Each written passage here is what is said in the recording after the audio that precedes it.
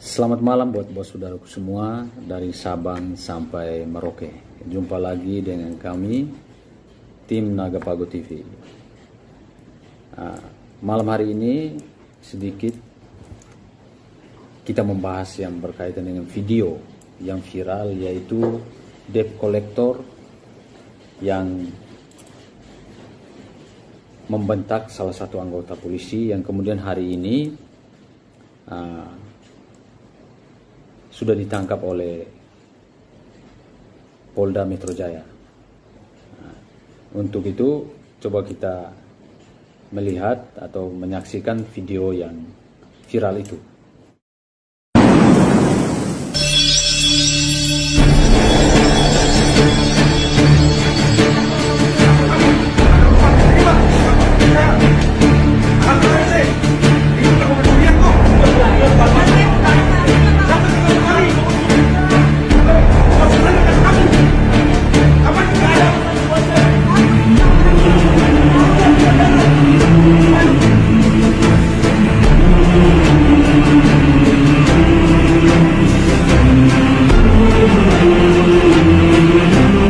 Oke, itu tadi video yang viral.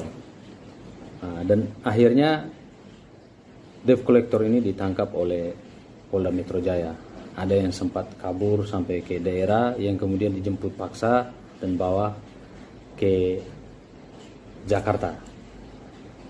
Artinya begini bos saudaraku semua yang bekerja sebagai debt collector. Jaminan fidusial, sertifikat jaminan fidusial itu penting sekali buat kita kalau kita bekerja sebagai debt collector, karena berdasarkan putusan Mahkamah Konstitusi nomor 18 tahun 2019 dalam kaitannya dengan kekuatan eksekusi sertifikat jaminan fidusial. Penting sekali kita harus dibekalinya namanya sertifikat jaminan fidusial itu. Itu menjadi kekuatan hukum buat kita untuk melakukan penarikan unit. Dalam video kemarin ada Pak Polisi. Sebenarnya ini kalau para debt collector ini memahami tentang undang-undang fidusial, yaitu pada pasal 30 Undang-Undang Fidusial, dia menjelaskan bahwa dalam hal pemberi, fidusial tidak menyerahkan benda yang menjadi objek jaminan fidusial pada waktu eksekusi dilaksanakan.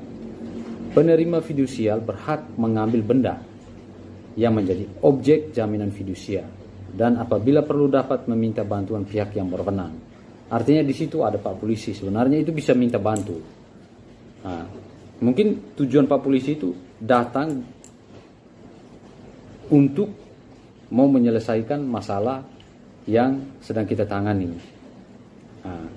Hanya mungkin ya namanya orang lagi dalam keadaan emosi, pikiran normalnya mungkin tidak dipakai. Ini bahaya. Makanya sebelum kita melakukan penarikan unit, jika memang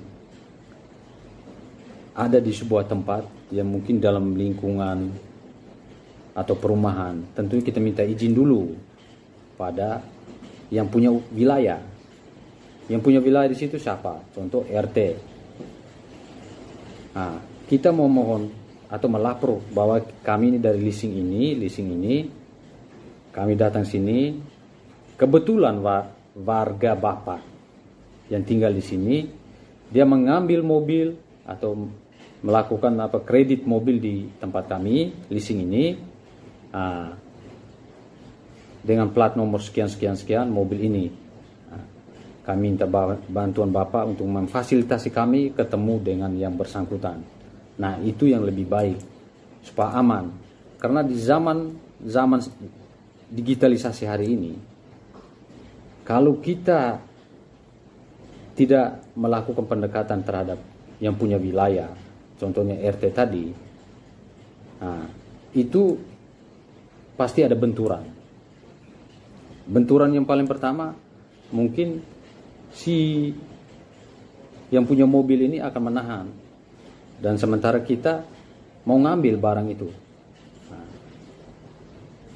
ini pasti ada terjadi benturan. Nah, ketika kita punya emosional tidak terkontrol, maka banyak yang menjadi CCTV di zaman digitalisasi hari ini. Nah, itu buat saudaraku semua, hati-hati sekali. Nah, saya juga akan memberi tip kepada saudara semua yang berkaitan dengan ketika ada leasing yang tidak punya bekal sertifikat fidusialnya. Nah, kita bisa melaporkan mereka ke pihak yang berwajib, ke pihak kepolisian atas dasar pelanggaran pasal 335, perbuatan tidak menyenangkan, dan atau pasal 365, pencurian dengan kekerasan. Nah, kalau ada debt collector datang tanpa dibekali surat, yang kemudian dia ada ancaman atau dia datang rampas di tengah jalan, bisa pakai dengan pasal 335 ataupun 336. Nah, itu saja buat saudaraku semua yang bekerja sebagai debt collector, hati-hati, karena hari ini zaman digitalisasi. Nah, jadi tidak seenaknya.